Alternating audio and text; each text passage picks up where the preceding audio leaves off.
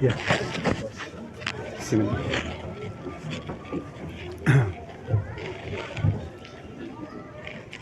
Assalamualaikum warahmatullahi wabarakatuh. Masih nyawalan suaranya? Masih? Oh iya. Sekali lagi. Assalamualaikum warahmatullahi wabarakatuh.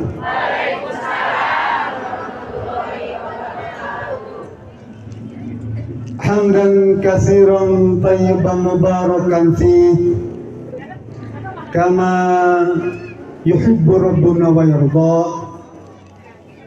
Asyhadu an la ilaha illallah wa asyhadu anna Muhammadan abduhu wa rasuluh iqraran bihi wa tauhida.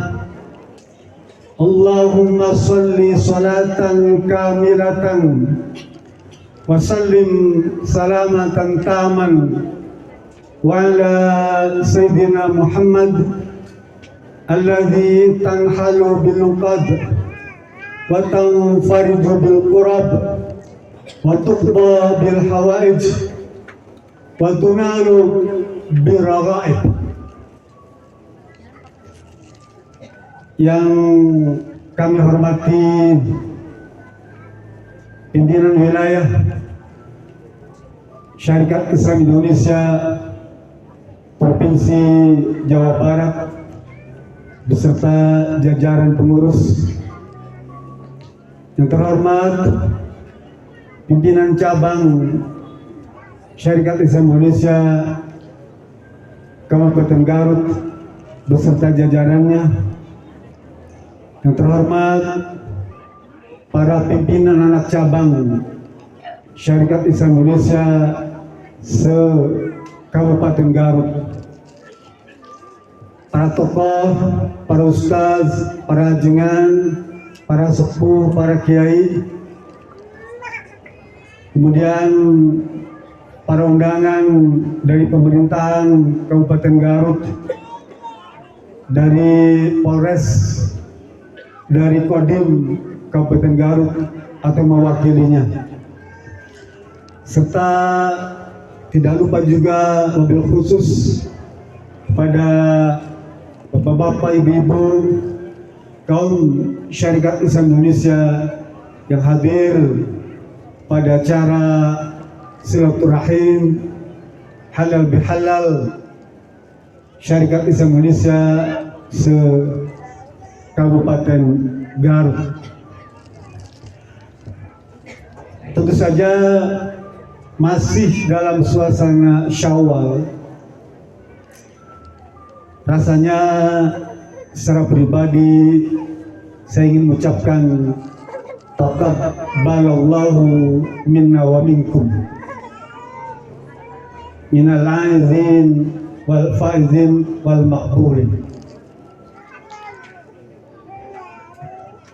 Sekalipun memang Ramadan itu telah berlalu, Bu, ya, tapi ketakwaan yang telah kita raih selama melaksanakan rangkaian ibadah Ramadan itu sepatutnya tidak boleh hilang, tidak boleh pergi, tidak boleh berlalu. Takwa yang sudah kita raih itu. Hari ini bukti bahwa ketakwaan itu masih ada pada dada kita yang hadir ini. Bahkan semestinya harus lebih ditingkatkan. Karena kata para ulama, laisal aid liman tajammala libasa wal markuba. Aid itu Idul Fitri, Lebaran, Hari Raya itu bukan hanya diperuntukkan bagi mereka yang menggunakan atau memakai pakaian yang megah, yang bagus, yang indah, atau menggunakan kendaraan yang mewah, bukan. Tetapi Idul Fitri, Lebaran itu, innamal Aid, hari raya Lebaran itu, suasana Lebaran itu diberikan kepada mereka ghufirat dzunub, yang dosa-dosanya telah terampuni, wa ta'atu tazid, dan ketaatan kepada Allah, kepada Rasulnya juga meningkat atau bertambah. Jadi sebulan Syawal ini artinya meningkat itu ketaatan kepada Allah dan Rasul, bahkan kepada suami itu juga harus meningkat. Kira-kira ibu taat gak sama suami, Bu? Harus ya. Karena salah satu syarat untuk masuk surga, ya, sebenarnya bagi kaum wanita itu lebih mudah masuk surga itu dibandingkan dengan kaum pria. Rasul bilang, idza sholatil mar'atu khamsaha wa shamat syahraha wa hafizat farjaha wa zawjat ta'at zawjaha, jika sholat 5 waktu dilaksanakan, puasa Ramadan dikerjakan, ya, menjaga kehormatan dan taat pada suami, ketaatan pada suami, maka itu cukup untuk mengantarkan ibu-ibu masuk surga. Boleh melalui pintu yang mana saja yang ibu suka. Pengen gak, Bu, masuk surga? Pengen. Dan usahakan masuk surga itu langsung. Karena orang Islam itu memang dijamin pasti masuk surga.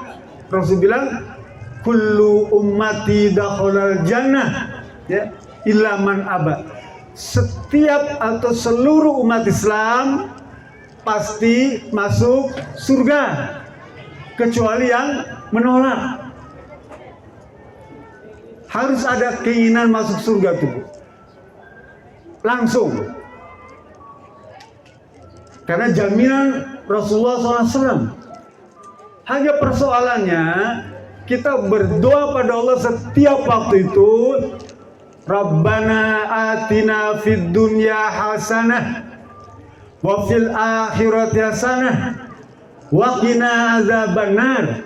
Ya Allah, berikanlah kepada kami kehidupan yang bahagia di dunia, ya,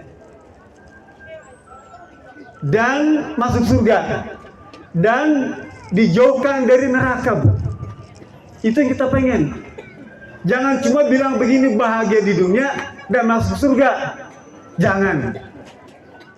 Karena ternyata penduduk surga itu ada juga diisi oleh orang-orang alumni yang pernah tinggal di neraka. Paham, Bu, ya? Jadi orang yang tinggal di surga itu tidak semuanya orang yang selamat langsung ke surga. Tapi ada orang-orang yang tadinya pernah tinggal di neraka. Setelah selesai hukumannya, baru dia masuk surga. Dan itu ada tandanya.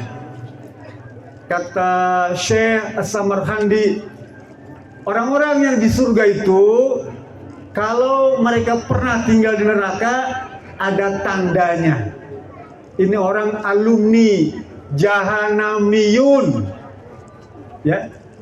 Di jidat itu ada bekas, pada ciri, Bu. Ciri dia pernah tinggal di neraka, ya. Tulisannya alumni Jahanamiyun. Nah, gitu ya. Kita tidak pengen begitu, ya. Kita pengen di surga itu nggak ada ciri bekas ahli neraka. Pengen langsung. Caranya gimana?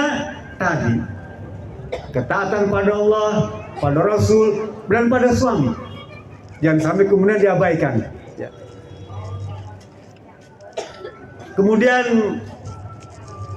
seorang yang sudah selamat, ya, Di surga itu, kata Rasulullah SAW, mereka ketika di dunia senantiasa menjaga 3 urusan tuh. Yang pertama, silman qata'aka, ya. Ahli surga itu dulunya di dunianya selalu menjaga silaturahim.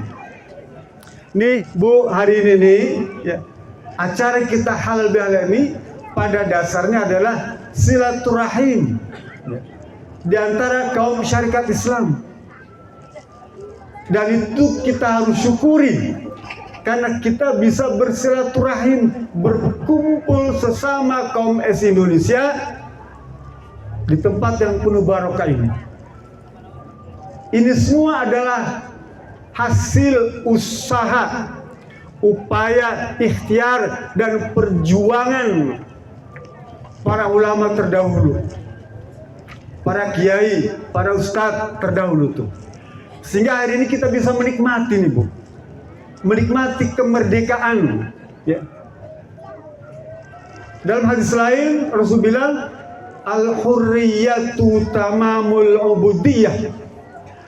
Kemerdekaan yang telah kita raih ini Bu, ini bisa mengantarkan kita untuk beribadah secara sempurna.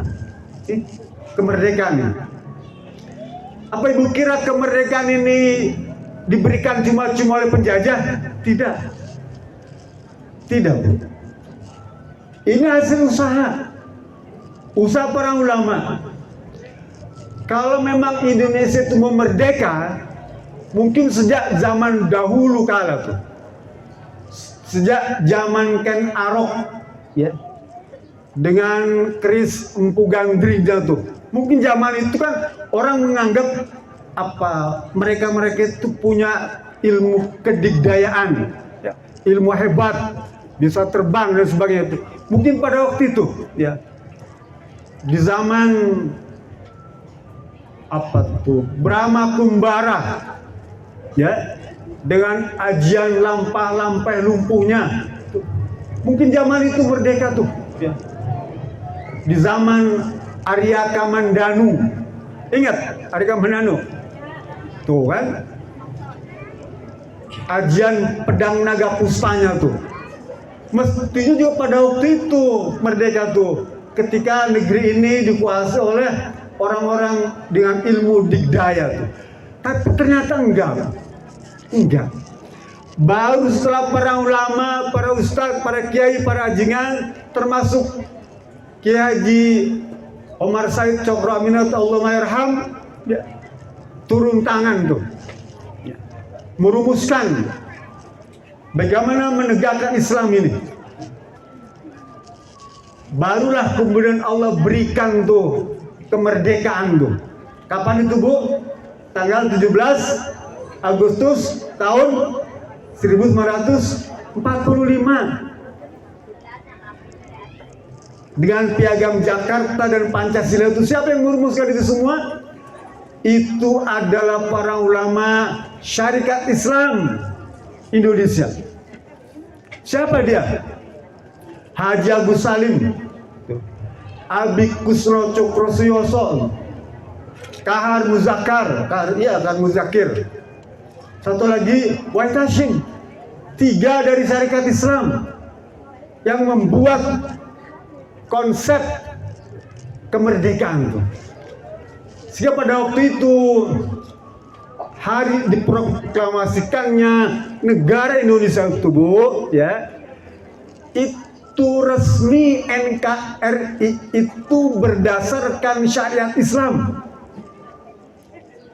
Harus ingat Ibu tuh, bahwa negara ini lahir dari rahim ulama, rahim Islam, sehingga dituangkan dalam bentuk Pancasila itu, ya, yang ada dalam Piagam Jakarta itu, ditempatkan pada nomor 1, negara ini berdasarkan ketuhanan yang Maha Esa dengan kewajiban melaksanakan syariatnya bagi meluknya. Apa maknanya? Maknanya NKRI itu sudah berdasarkan Islam. Karena yang bikin adalah orang Islam. Jadi kita harus paham bahwa negeri ini pernah punya sejarah menjadi negara Islam. Kapan? Tanggal 17 Agustus tahun 45. Ya. Tapi karena mungkin kita kurang persiapan, ya, dari faktor yang lainnya, ya, tidak cukup punya tenaga, energi, ya, dari sudut lainnya, ya, maka tanggal 18 Agustus, satu hari berikutnya tuh, kemudian berubahlah NKRI ini menjadi negara yang tidak berdasarkan Islam. Paham Bu ya? Jadi cuma satu hari tuh NKRI berdasarkan syariat Islam, cuma satu hari saja. Karena tekanan yang begitu hebat dari kelompok-kelompok yang memang tidak suka dengan Islam, tidak suka dengan syariat Islam, tidak senang dengan hukum Islam, mereka menolak mencantumkan 7 kata itu. Tapi sejarah mencatat bahwa negeri ini pernah menjadi negara berdasarkan Islam. Harus disyukuri. Dan diantara hasilnya apa?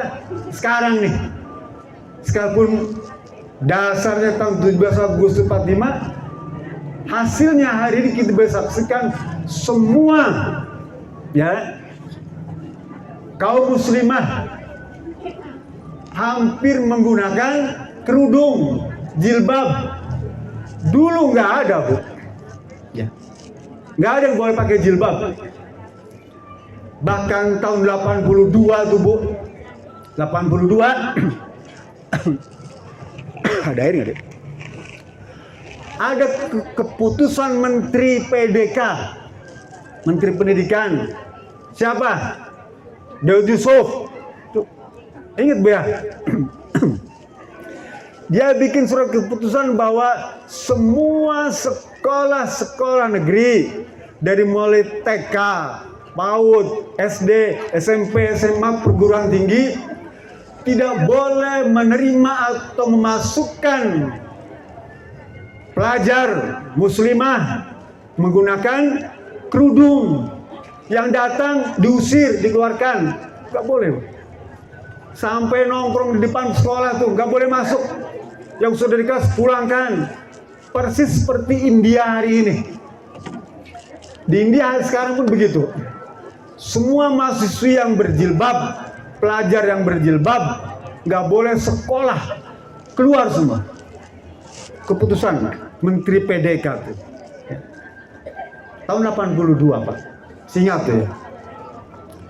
Tapi alhamdulillah, karena perjuangan para ulama, para ustadz, ya, yang tergabung dalam ormas-ormas Islam, termasuk Syarikat Islam Indonesia, partai-partai Islam, doa para ulama, doa ibu-ibu, tahun 90, 8 tahun berikutnya, peraturan tadi dicabut, dibuang. Artinya apa?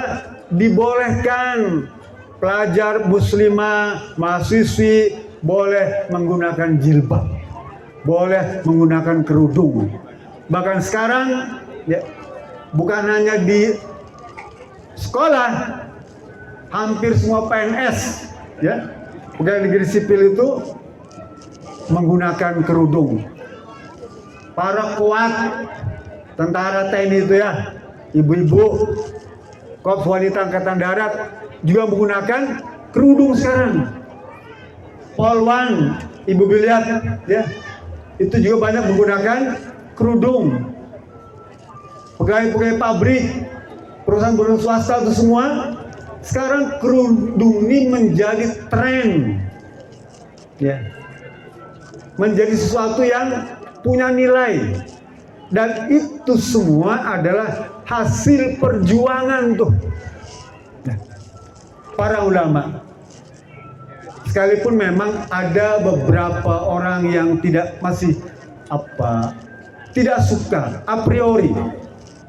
Itu yang kata Allah Subhanahu wa taala dalam surat Az-Zumar, nanti buka di rumah surat Az-Zumar ayat berapa ya.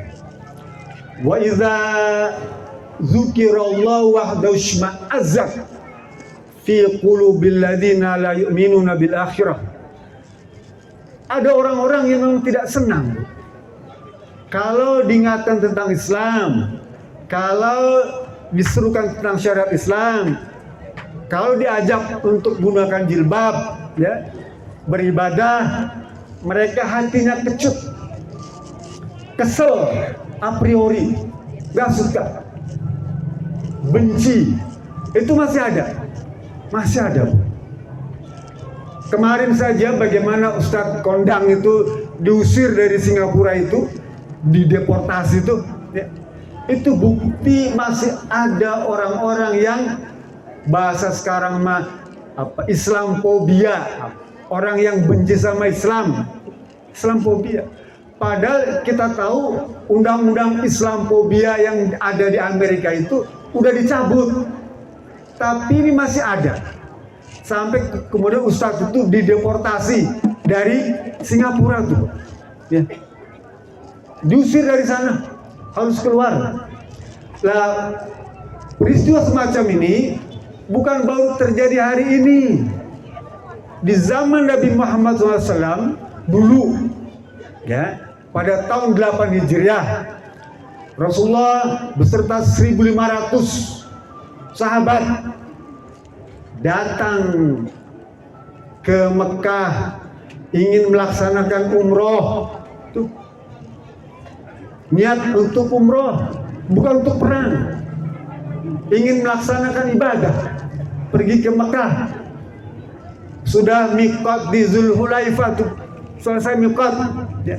Begitu sampai di Usfan, dekat-dekat kota Mekah itu dilarang, tidak boleh masuk, tidak boleh masuk, Pak.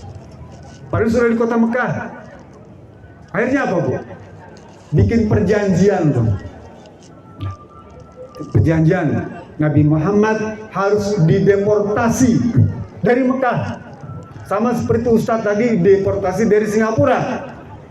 Ini Nabi Muhammad dideportasi dari Mekah keluar, bikin perjanjian. Apa nama perjanjiannya, Bu? Perjanjian Hudaybiyah itu.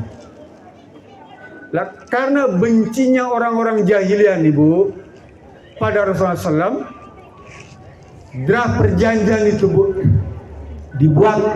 Nabi Muhammad buat Bismillahirrahmanirrahim. Nanti Bu di rumah buka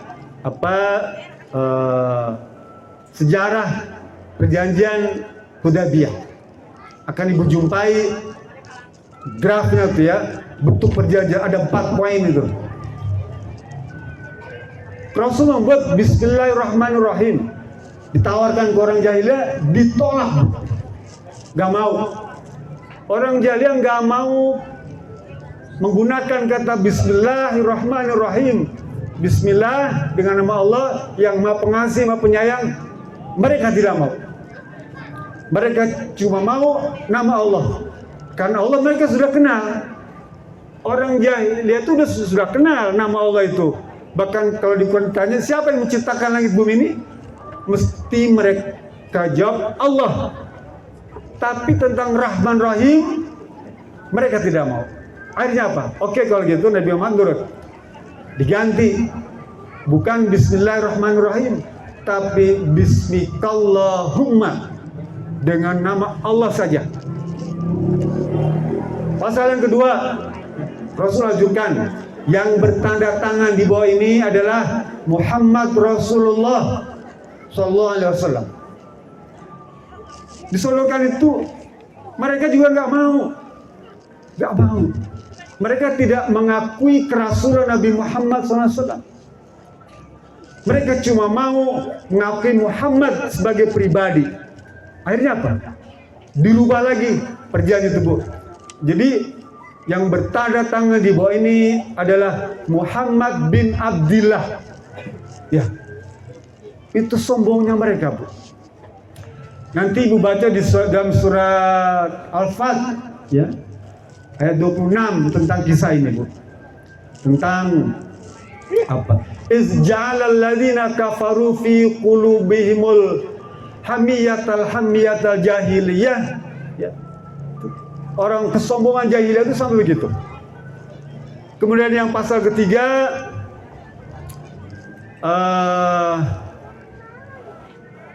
Rasulullah SAW harus keluar dari kota Mekah, dideportasi, dan boleh kembali ke Mekah tahun depan. Tahun depannya boleh. Perjanjian itu 10 tahun. Tapi Rasul boleh kembali tahun berikutnya. Kayak sekarang nih yang pergi haji, ya. Kan nggak bisa berangkat ya. Tahun 2022 nggak bisa berangkat, 2021 nggak bisa berangkat, yang berangkat tahun 2020. Itu pun cuma separuh, sebagian saja.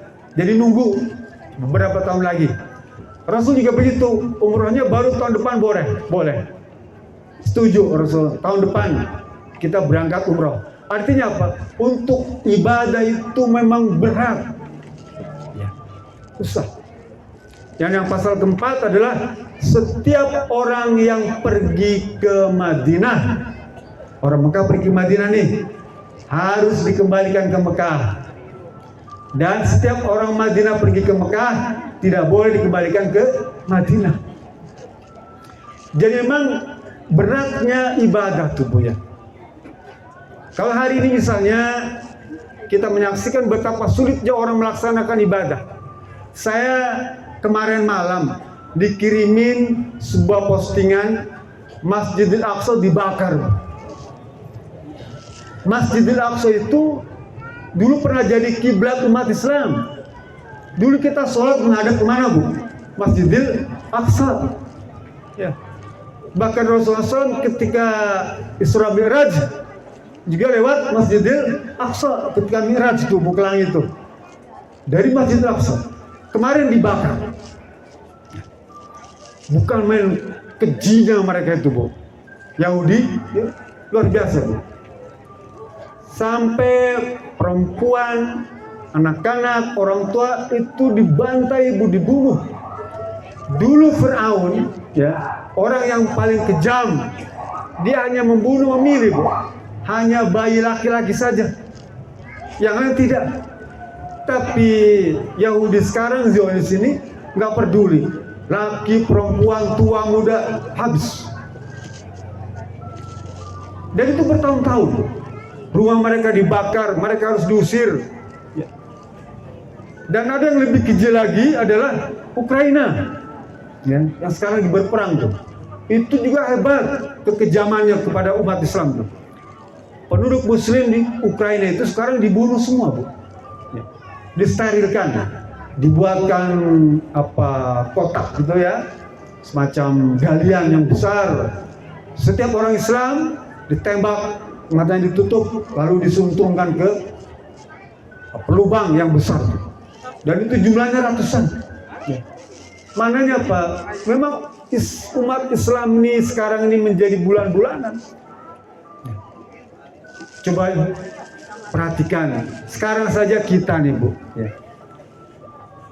Kalau ibu misalnya memberikan pakaian jilbab kepada anak kecil, nih, ada orang tidak suka. Seperti koalisi-koalisi LSM itu, mereka nggak suka. Dia bilang, anak kecil itu masih kecil, nggak perlu dipaksakan untuk menggunakan kerudung. Dia bilang ini bakal bibit ekstremisme, fundamentalis. Bandingkan dengan orang yang nggak pakai jilbab, diberikan kebebasan, apalagi pakai rok mini. Orang pakai cadar, wanita muslim pakai cadar, itu lebih dicurigai ketimbang orang yang pakai rok mini. Ya, Bu, ya. Itu pakai cadar, kemana mesti orang curiga. Masuk supermarket saja penjaganya sudah curiga. Ya.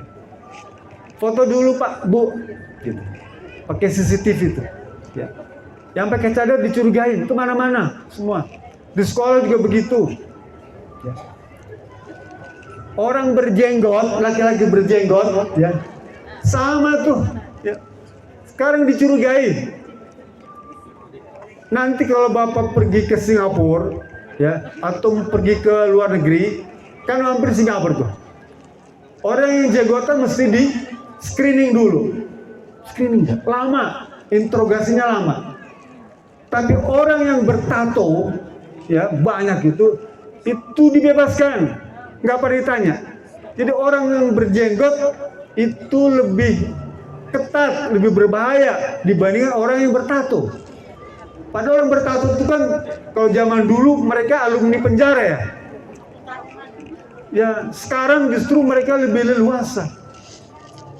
Nih para pemuda Muslim, kalau dia pakai kaos berlogo kalimat tauhid, tuh, la ilaha illallah Muhammadur Rasulullah, mesti dicurigai, dibilang ini bibit-bibit fundamentalis tuh.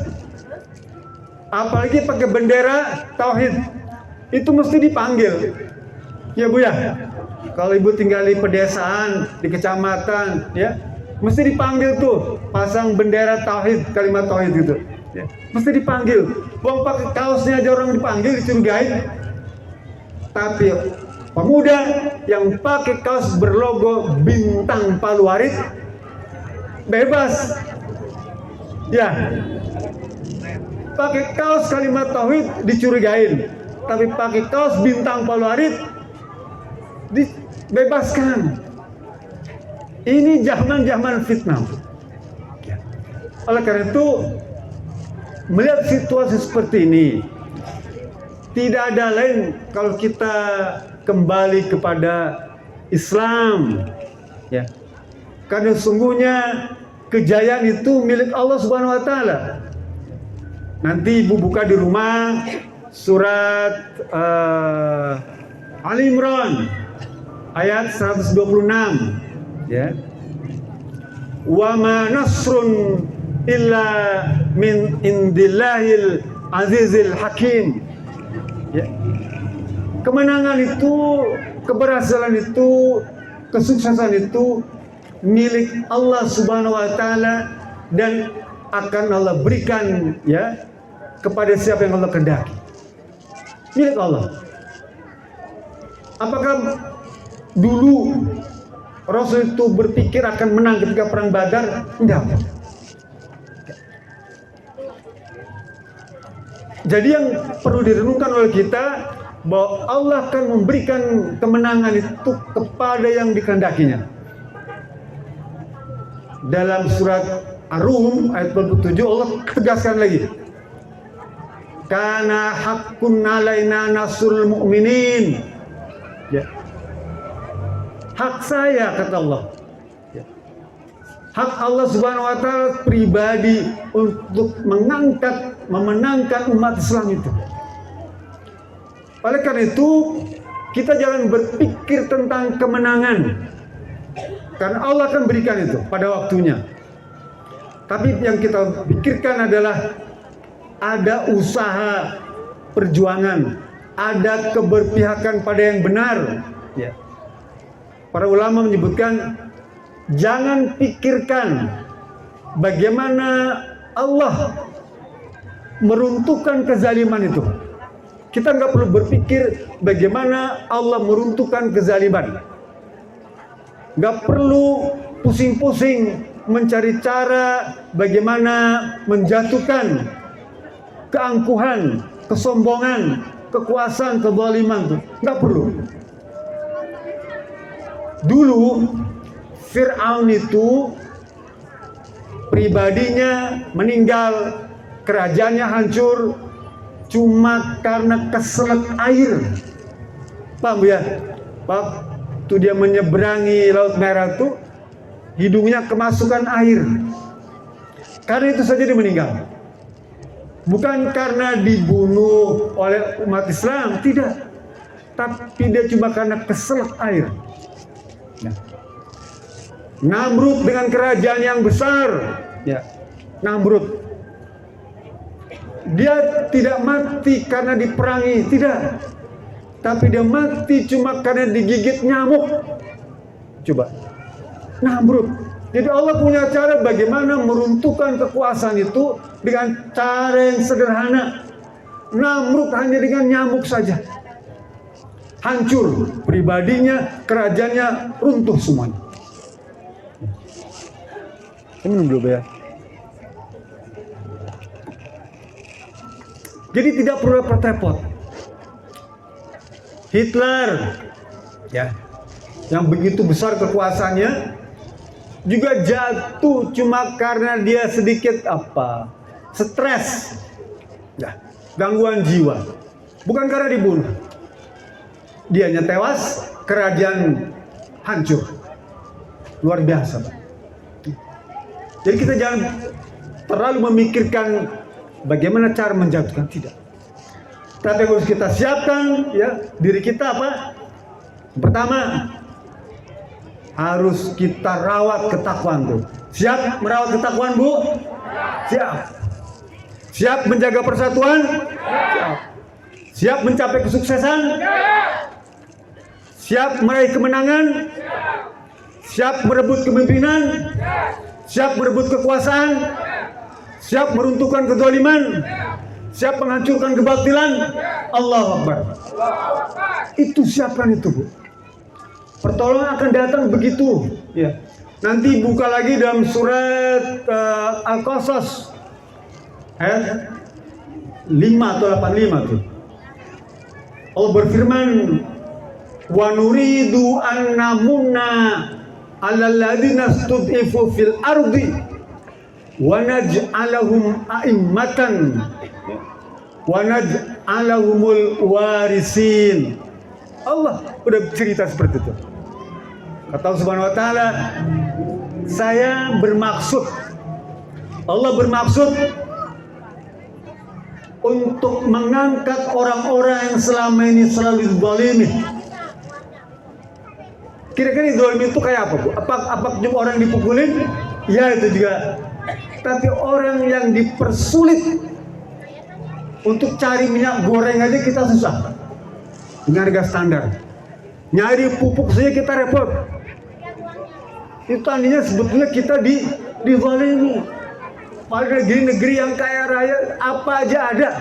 Tapi kenapa begitu susah mendapatkan pupuk, mendapatkan minyak goreng, mendapatkan makanan, susah.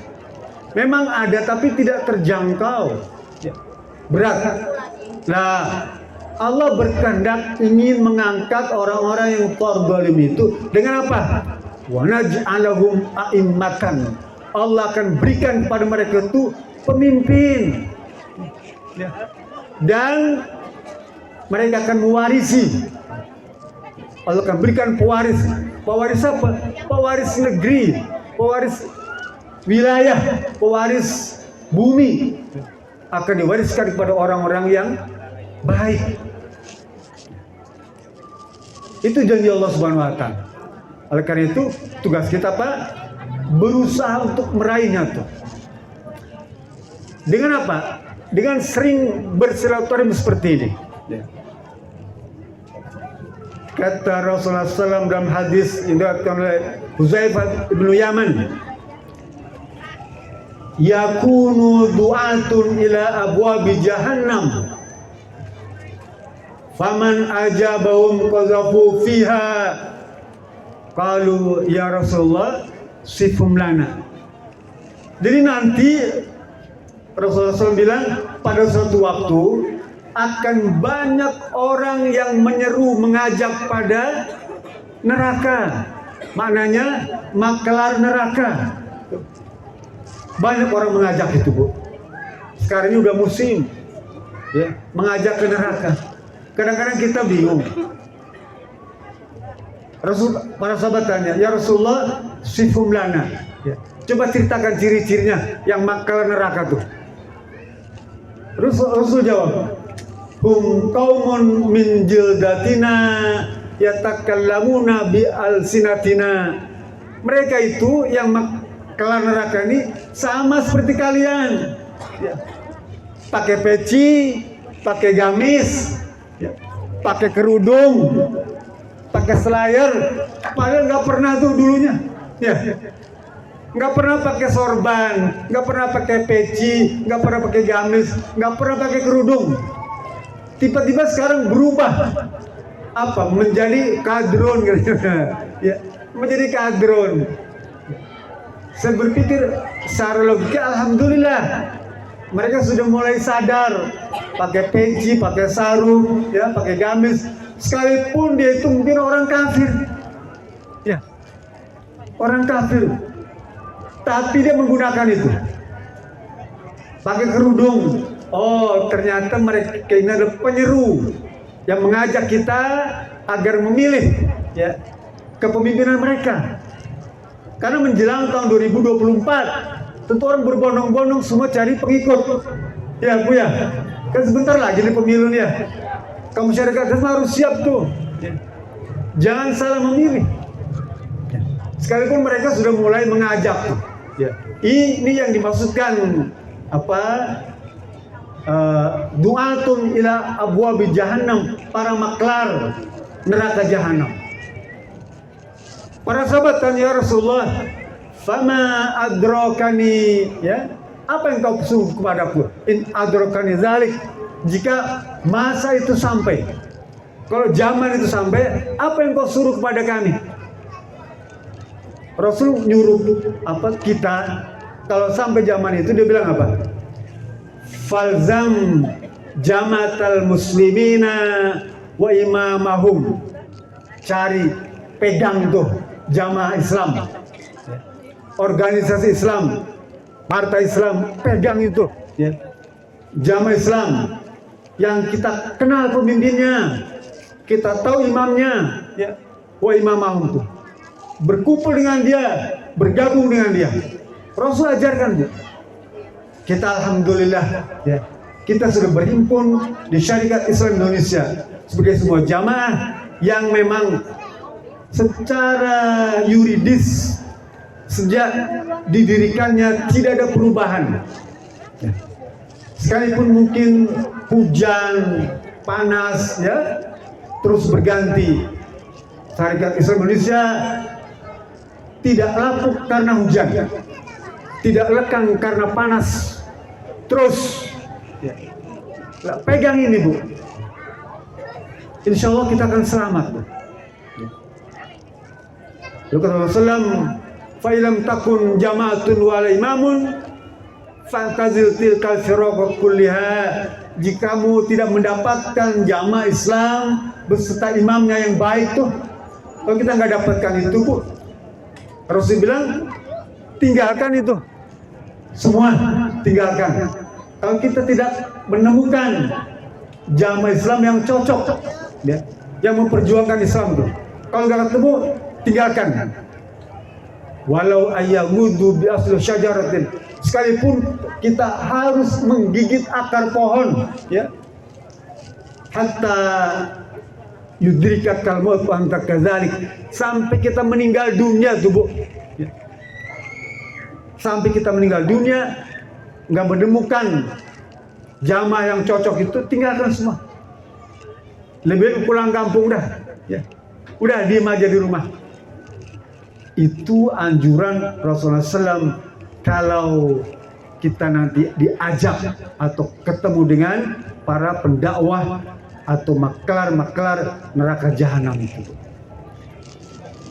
Kata Rasulullah SAW, mereka itu nanti yang memilih tubuh, yang ikut serta tuh, ya, mereka akan disiksa di alam kubur tubuh.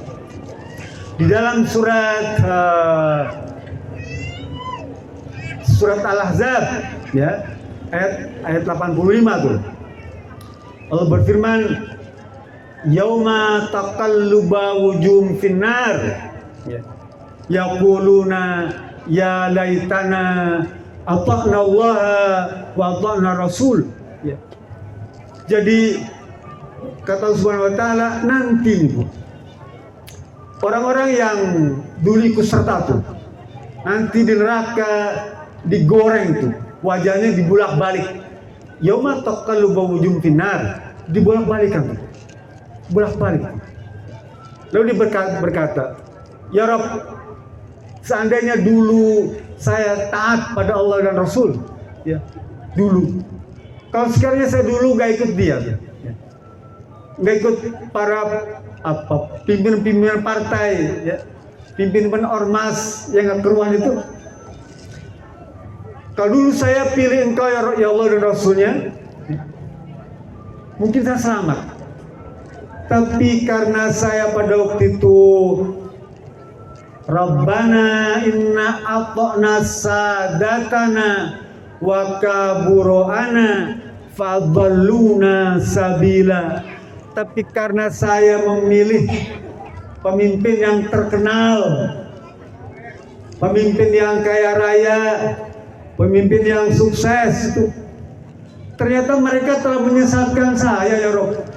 Nyesel rasanya tuh. Tapi penyesalan itu sudah terjadi. Sampai begitunya Allah ceritakan tentang orang-orang yang salah memilih pemimpin. Sa'id bin Musayyib, seorang tabi'in, dalam sebuah pengajian seperti ini, dia ngomong pada murid-muridnya, wahai murid-murid kami, kalau sekiranya Allah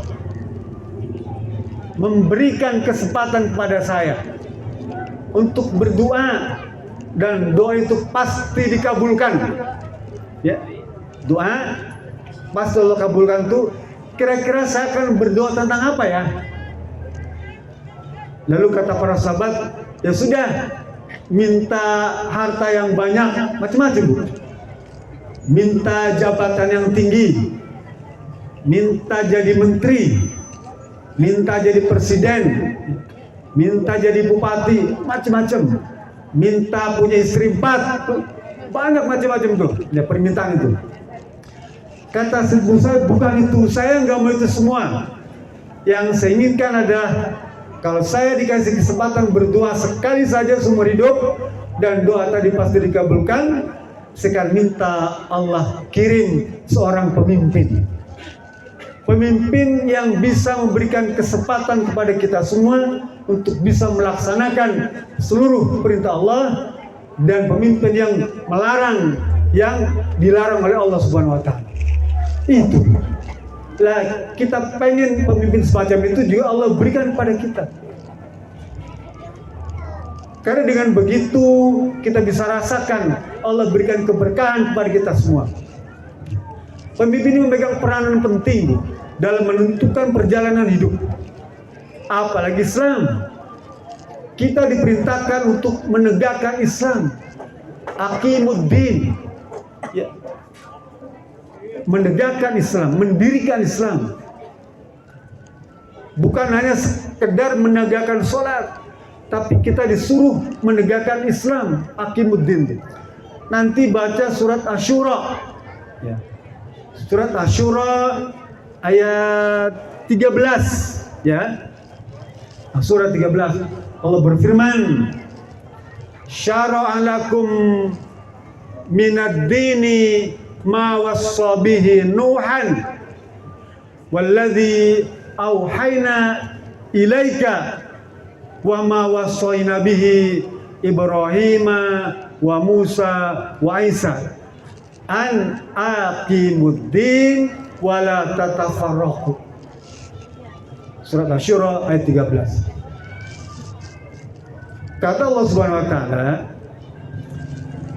telah aku perintahkan kepada Nabi Nuh alaihissalam untuk melaksanakan syariat, ya, atau telah disyariatkan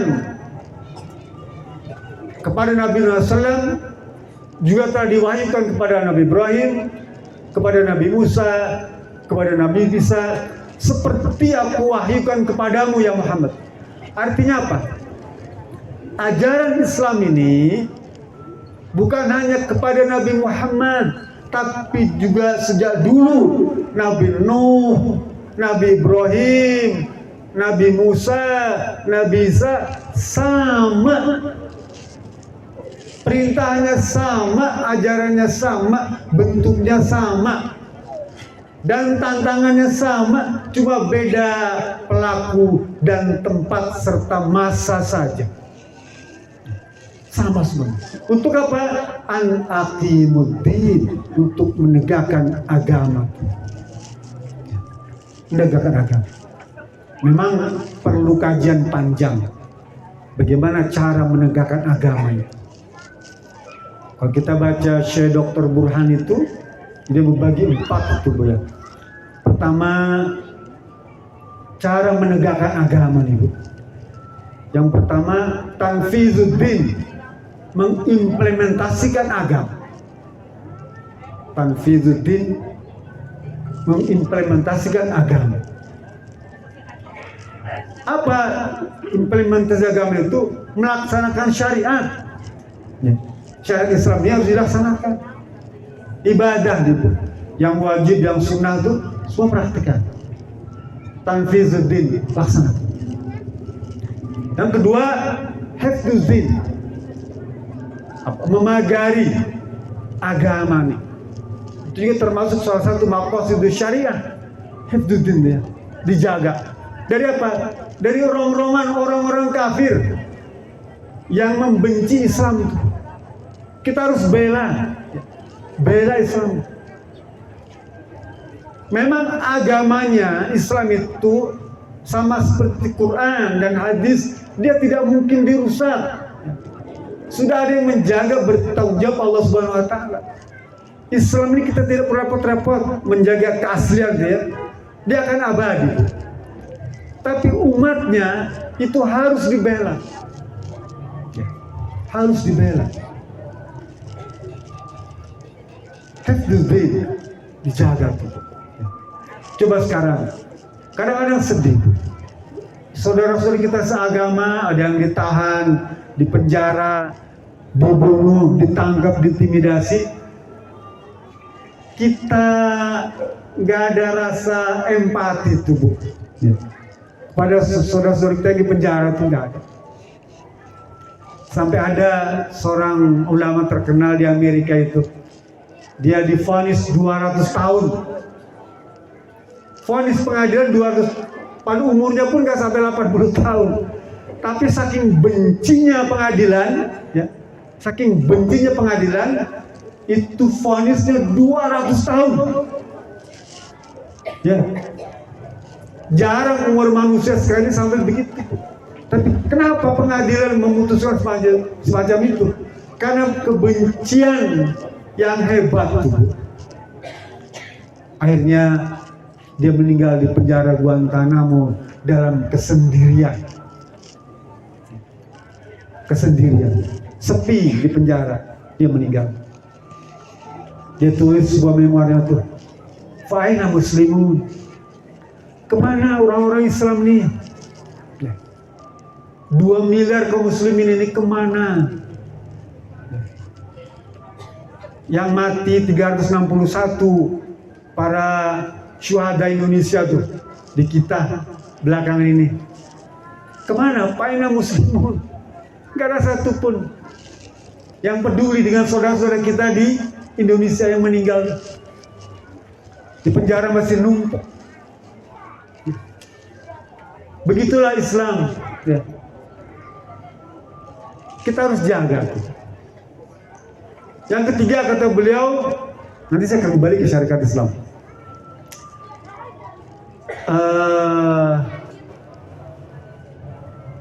Takwinul quwwah. Bagaimana kita bisa membangun kekuatan itu? Kekuatan. Saya bangga di syariat Islam ini sekarang punya perisai. Lah agama nih, Bu, ideologi, ya. Itu dia baru bisa sukses, berhasil kalau ditopang dengan kekuasaan. Paham ya? Komunis, ideologi komunis itu nggak berarti apa-apa, Bu. Nggak ada nilainya ketika masih dalam buku Max Havelaar, ya, Das Kapital. Nggak ada nilainya apa-apa. Tapi ketika Lenin berkuasa, memegang kekuasaan Rusia itu, baru komunisme itu berkembang dengan pesat. Dan orang-orang yang menentang Lenin itu dihabisi semua, Bu.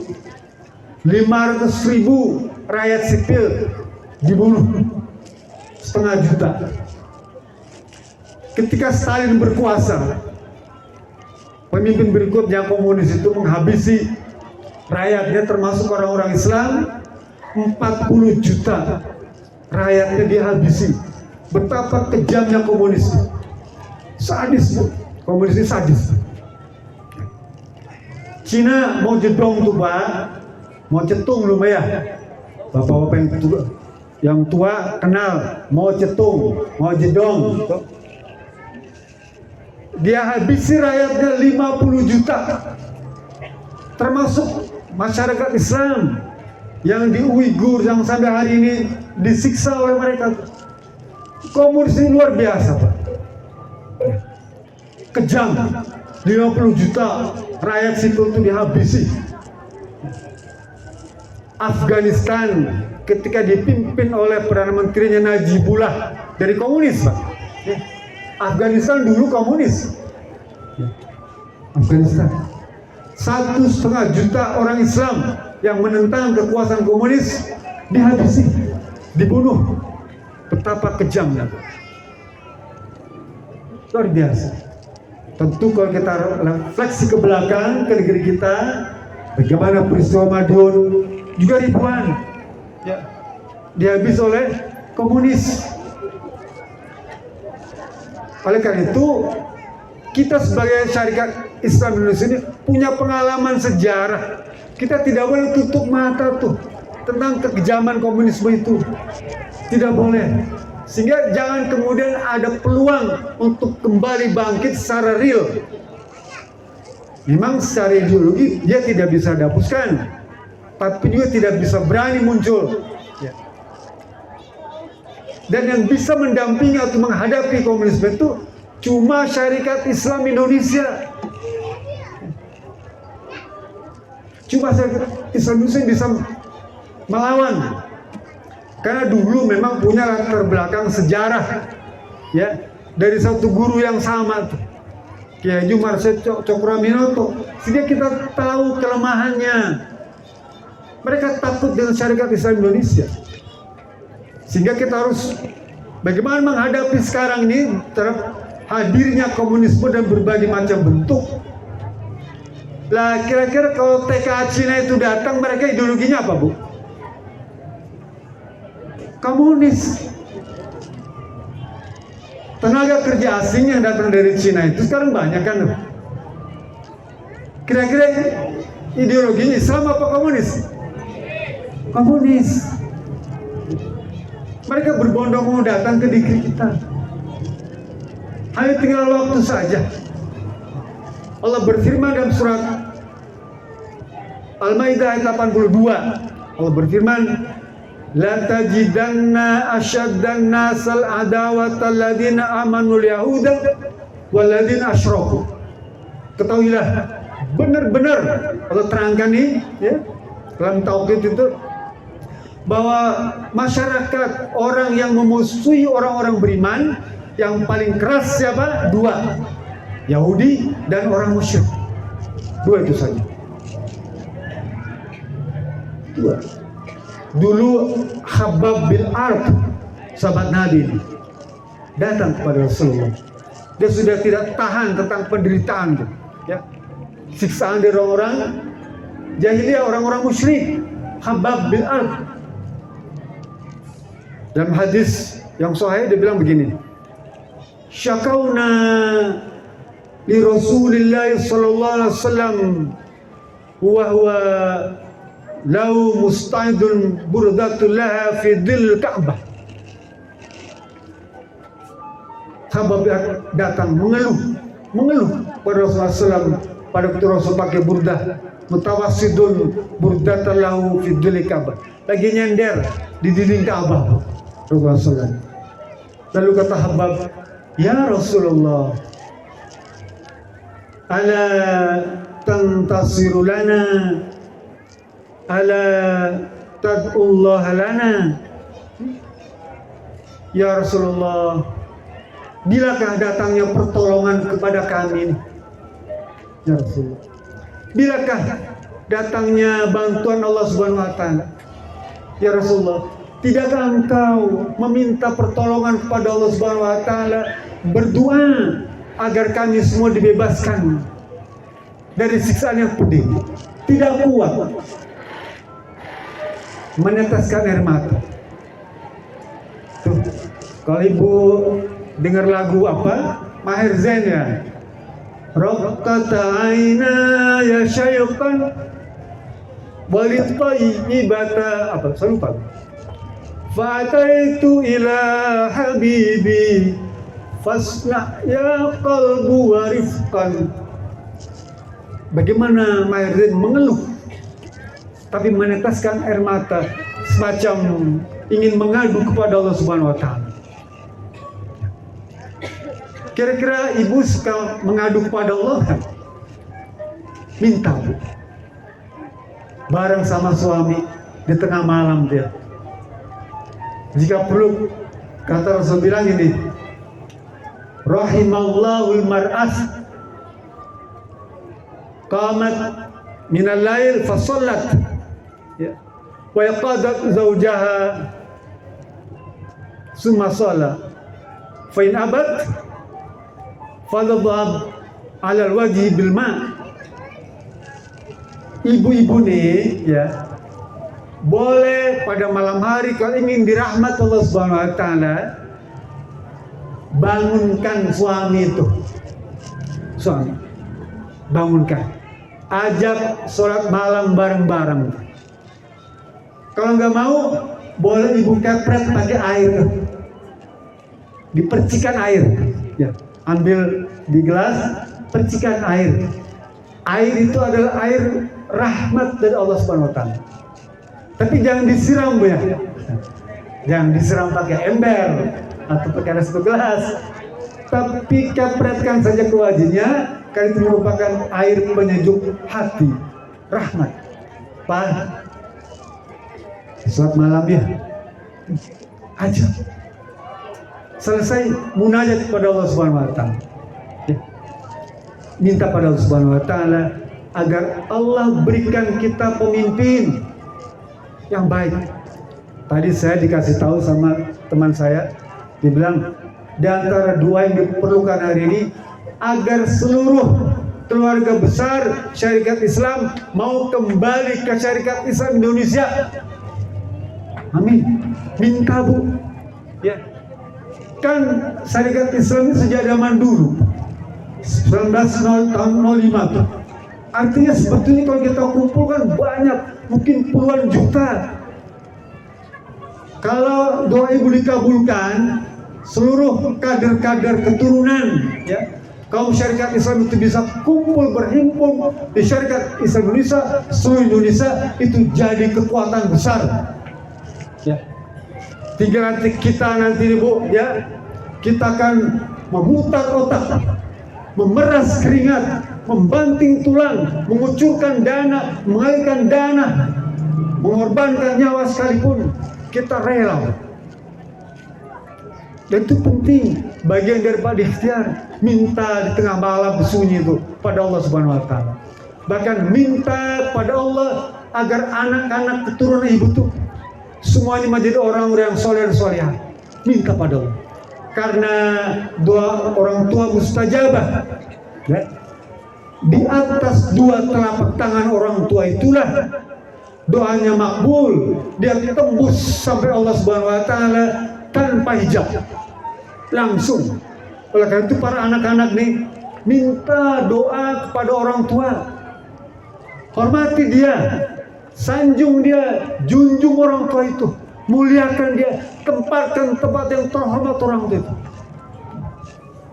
Bagaimana Rasul ditanya oleh sahabat, ya Rasulullah, kalau sekiranya saya menggendong ibu saya sebagai balas jasa, pergi umroh, pergi tawaf, pergi haji, kira-kira cukup gak untuk menghormati balas jasa kepada ibu saya? Rasul bilang tidak cukup. Sekalipun kau gendong ibumu, pergi umroh digendong, pergi tawaf digendong, pergi haji digendong, itu tidak akan cukup untuk membalas jasa orang tua. Saking besarnya. Orang tua rela minum makan jamu yang dia nggak suka, tapi demi anaknya Dia rela minum obat yang dia tidak suka. Ayah, dia rela meninggalkan masa kecil anaknya tuh, tidak pernah hadir bersama anak-anaknya tuh. Kenapa? Karena dia cari nafkah keluar kota. Nggak tahu anaknya itu sudah besar. Dia sibuk mencari nafkah. Pagi, sore, lembur, malam, nggak keburu mendampingi anaknya di masa kecil. Waktu pun udah besar. Dia rela. Oleh karena itu mintalah kepada orang tua. Raihlah doa orang tua. Raihlah ridho orang tua bagi anak-anak. Ridho Allah fi ridho walidain. Sukhta Allah fi sukhtil walidain. Minta. Boleh pakai senandung, boleh. Ya, boleh pakai hadiring, boleh. Minta ya Rob. Kalau orang India gitu.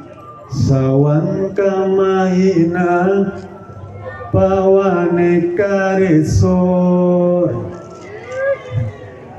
Sawan kamahina pawane karesor. Tiara jumme se jesse bamena se mor. Bentuk bagaimana anak minta pada orang tua. Boleh, boleh. Istri juga begitu. Ya, tadi pada awal-awal kita minta pada suami doanya dalam bentuk ketaatan. Jangan sampai kemudian suami juga gerah pulang ke rumah gitu. Berikan perhatian kepada suami sebagai bentuk ketaatan karena kita ingin meraih surga. Dan sampai kemudian suami berpaling ke kampung lain, ke wajah lain, gara-gara istri tidak memperhatikan. Ya.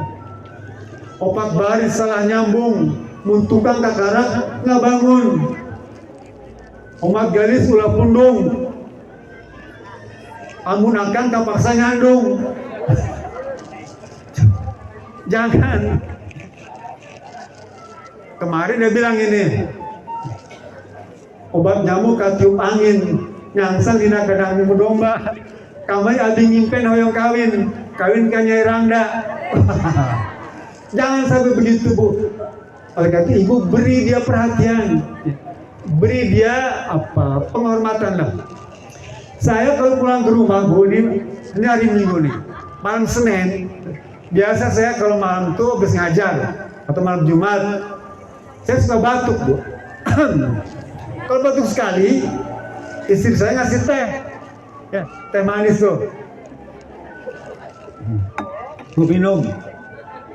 Tapi kalau saya batuk 2 kali, istri saya bawa kopi pahit.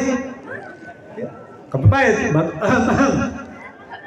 nggak tahu dia kopi pahit, capek. Kan sekarang obat ya, biar pahit tapi enak, Bu, kopi pahit ya. Tapi kalau saya batuk 3 kali, ini nyunah, sunnah, malam Jumat atau malam Senin nih, sunnah. Jadi cukup ngasih kode aja, Bu. Ya Bapak Ibu juga mungkin begitu ya. Ada yang ketok-ketok piring, teng. Lah kalau saya begitu, batuk 3 kali, ya. Datang istri saya, Mas, atau Pak, anak-anak belum tidur. Oh ya, nunggu aja, sabar kan. Ya sabar lah, kan kita perlu sabar juga, ya. Merasa jadi ustadz, ya, bagaimana sabar nih, ya. Kan begitu saya juga nggak enak juga, cuma nunggu ini kan lama ya. Ya sudah, sambil menunggu toh anak-anak tidur, ya udah sebab baca Quran aja dah. Ya, ngerasa jadi baca Quran. Saya ambil Quran, saya baca. A'udzu billahi minasyaitonir rajim. Istri saya datang. Pak, udah tidur. Shadaqallahul azim. Kan ibadah juga ya. Ibadah juga. Jadi bagaimana kita bisa melaksanakan semua syariat itu jadi ibadah. Coba bayangkan, Bu. Rasul bilang, ya, faman tazawwajam ra'akum fastakmal finis fiddin.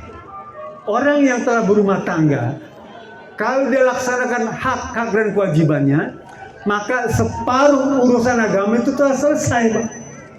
Paham ya? Hak suami, hak istri, kewajiban suami, kewajiban istri, kalau itu ditunaikan, maka separuh urusan agama itu telah selesai. 50%. Lah kalau 50% plus 1 kan kita langsung dianggap positif, kan bagus ya. Tinggal cari tambahannya. Rasul bilang falyattaqillah fil akhir. Cari raih ketakwaan untuk sisa yang tambahannya. Jadi urusan rumah tangga itu jadi penting sekali ya. Bahkan nih Bapak Ibu semua ya, agar kita bisa hidup bersama nanti di akhirat itu, kan pengen begitu, suami, istri, anak, cucu, kakek, uyut itu bisa kumpul bareng-bareng untuk di akhirat itu yang kita inginkan. Karena sahabat ini Bu, kalau teman dia kadang-kadang gini, Rasulullah SAW berfirman, al-akhillau yawma idzin ba'duhum li ba'din adu. Teman baik Bu, sahabat di akhirat nanti dia belum tentu jadi sahabat, bahkan dia menjadi musuh besar kita. Saya nggak kenal dia, tapi orang yang punya garis darah itu ya, garis darah nasab ya.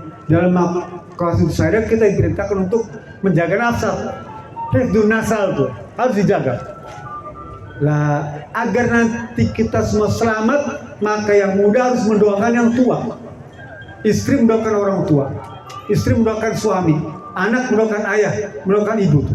Apalagi sudah meninggal dunia. Boleh jadi kakek nenek kita, uyut kita tuh bukan termasuk orang yang soleh-soleha. Boleh jadi begitu kan? Karena mereka mungkin belum kenal agama. Nah, kita sudah mengerti agama, kita disuruh oleh Rasulullah SAW untuk mendoakan tuh. Mendoakan. Agar apa? Agar kakek nenek kita itu bebas dari siksaan kubur. Diceritakan hadis yang mauquf, kata beliau, malaikat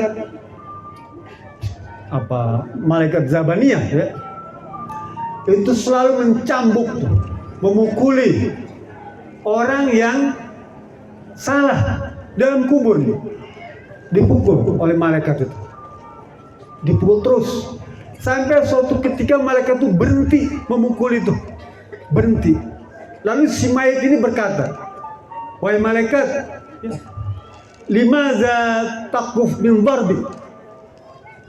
Si mayat ini ngomong kepada malaikat, wahai malaikat, saya ini kan orang yang memang mesti dipukul karena dosa-dosa saya. Tapi kenapa sekarang kau berhenti mencambuk diriku ya malaikat? Ya. Limaza taquf min darbi. Kenapa engkau berhenti memukul saya, mencambuk saya? Lalu kata malaikat apa? Kaifa darbuk wa walduka da'watuka astaghfiruka daiman. Bagaimana saya bisa mencambukmu sementara anak-anakmu di dunia itu selalu mendoakanmu, selalu memohon ampunan untukmu. Anak kita Bu, cucu kita, atau kita sendiri mendoakan orang tua kita. Karena doa kita lah malaikat itu menghentikan mencambuknya tuh. Kaifal darbu, bagaimana saya bisa mencambuk kamu? Kata malaikat, sementara anak kamu, cucu kamu, istri kamu, suami kamu, adik kamu, kakak kamu di dunia berdoa untukmu agar Allah mengampuni dosa-dosamu. Nih anak-anak muda nih ya, minta pada Allah Subhanahu wa taala, Rabbighfirli wa liwalidayya warhamhuma kama rabbayani shaghira. Minta pada Allah. Minta. Astaghfirullahaladzim li wa liwalidayya. Minta. Insya Allah malaikat yang mencambuk itu akan berhenti. Ya. Kan kita ingin seperti itu. Jadi oleh hari ini, ya, yang pertama tentang iqamaddin, ya, mendekatkan agama. Kita beruntung Pak Haji Omar Syed Cokroaminoto sudah merampung penjelasan tadi dalam sebuah program azaz, program tanggung. Jadi urutannya mulai dari persatuan dalam Islam, kemerdekaan umat, kemudian sifat dan pemerintahan, kemudian penghidupan ekonomi, apalagi itu, keadaan dan derajat manusia, serta kemerdekaan sejati. Kita ingin untuk mencapai kemerdekaan sejati itu dengan merunut hasil ijtihad ulama-ulama dulu yang dirangkum dalam program azas tadi. Ikuti saja itu. Tadi saya bacakan sebagai pembanding, ya, tentang Tanfizuddin, Hifduddin, Takwinul Quwah, dan Qadau Toghaya, 4 itu pembanding saja. Tapi kita beruntung sudah ada program azas, program tanggung. Kalau ibu bisa jaga persatuan sekarang ini, ya, di tengah fitnah nih, Rasul bilang dalam hadis riwayat Ibnu Umar, ta'khuzuna bima ta'rifun wa tad'una ma tunkirun. Hendaklah kalian berkumpul, bergaul dengan orang yang kalian kenal kebaikannya, kesolehannya, ketaatannya, gabung dengan mereka. Wa tad'una ma tunkirun, dan menjauhlah tuh dari orang-orang enggak keruan. Orang-orang yang cuma sesaat mau pemilu saja dia jadi orang yang soleh. Jangan terkecoh. Banyak sebentar lagi akan muncul kiai-kiai baru, ulama-ulama baru, ya. Bawa teks tuh, kalau pidato dipakai assalamualaikum disingkat, ya. Karena dia nggak ngerti Islam, nggak belajar bahasa Arab, dibaca teks, tulisan tangan temennya, kasih tahu ASSURWB. Gitu. Karena dia ngerti, nanti akan muncul menjelang pemilu, ya. Pidato ngasih sambutan di masjid, di musola, di ormas Islam, baca teks dibilang ASSURWB. Maksudnya assalamualaikum warahmatullahi wabarakatuh. Tapi karena nggak bisa, dia seperti itu. Nanti akan muncul, ya, sebentar lagi. Sekarang saja sudah mulai itu. Spanduk di mana-mana, pakai kopiah, pakai kerudung, pakai gamis, pakai sorban, itu, pakai sarung, muncul. Padahal dia nyatanya itu orang kafir, padahal nyatanya itu orang fasik, padahal nyatanya dia orang benci sama Islam, padahal dia sering mengkriminalisasi ulama. Tapi menjelang pemilu ini musim semi, ya. Musim semi tumbuh kembali. Nah, kita beruntung, ya, tinggal di Nusantara nih, Bu. Bersyukur juga. Kenapa? Karena kita menggunakan sistem demokrasi, di mana suara terbanyak itu yang dihitung. Ya. Ini juga sebetulnya peluang, ya, untuk kita mengambil bagian. Ya. Kita harus turut aktif memanfaatkan kesempatan ini, Bu. Ya. Memanfaatkan kesempatan sistem yang ada ini. Ya. Suara terbanyak kalau di Kabupaten Garut bisa syarikat Islam Indonesia bisa mencalonkan 1 orang, 2 orang, 5 orang. Saya yakin, saya beberapa kali ceramah di kecamatan Kabupaten Garut ini penuh semua. Rasanya cukup untuk mengantarkan 1-2 anggota dewan sih. Saya minta kepada pimpinan cabangnya besok jadi wakil bupati setidaknya. Amin. Pengen gak, Bu? Pengen. Ya. Ini kesempatan sistem demokrasi kita masih kita bisa manfaatkan. Ya. Manfaatkanlah. Orang yang pintar, cerdas adalah orang yang bisa memanfaatkan peluang. Karena kalau bicara tentang persatuan, itu kata Subhanahu wa Ta'ala di surat Al-Maidah, ya. Nanti di rumah buka Al-Maidah ayat 5, Al-Maidah surat 5 ayat 48 tuh. Apa Allah bilang? Walau sya'allahu la ja'alakum ummatan wahidah. Kalau Allah mau nih, kalau Allah mau, semua umat Islam itu dipersatukan. Kalau Allah mau. Jadi kalau sekarang kita belum bersatu, ini memang Allah belum menghendaki. Tapi Allah teruskan. Walakin liyablakum fima atakum fastabiqul khairat. Tapi Allah ingin menguji kalian untuk berusaha mempersatukan. berusaha mempersatukan. Memang Allah yang akan mempersatukan, tapi kita disuruh untuk mempersatukan, dan itu bagian daripada perlombaan fastabiqul khairat. Karena sifat manusia ini, kata Allah, ingin berpecah belah selalu. Coba bayangkan di surat An-Nafal tuh, ya. Lau anfaqta ma fi ardi jami'an, sekalipun seluruh kekayaan kalian kumpulkan untuk menyatukan umat ini, nggak akan bisa bersatu. Nih kita punya harta banyak nih, miliaran, sebagian semua nih, ya, supaya bersatu, nggak akan bersatu. Walakin Allah allafa baina qulubihim, kecuali Allah yang bisa menyatukan. Apa nih? Tutup aja ya. Afan, kalau ada kekeliruan, sama maaf. Fattaqullaha mastata'tum walafu minkum billahi sabrillah. Assalamualaikum warahmatullahi wabarakatuh. Cukup ya.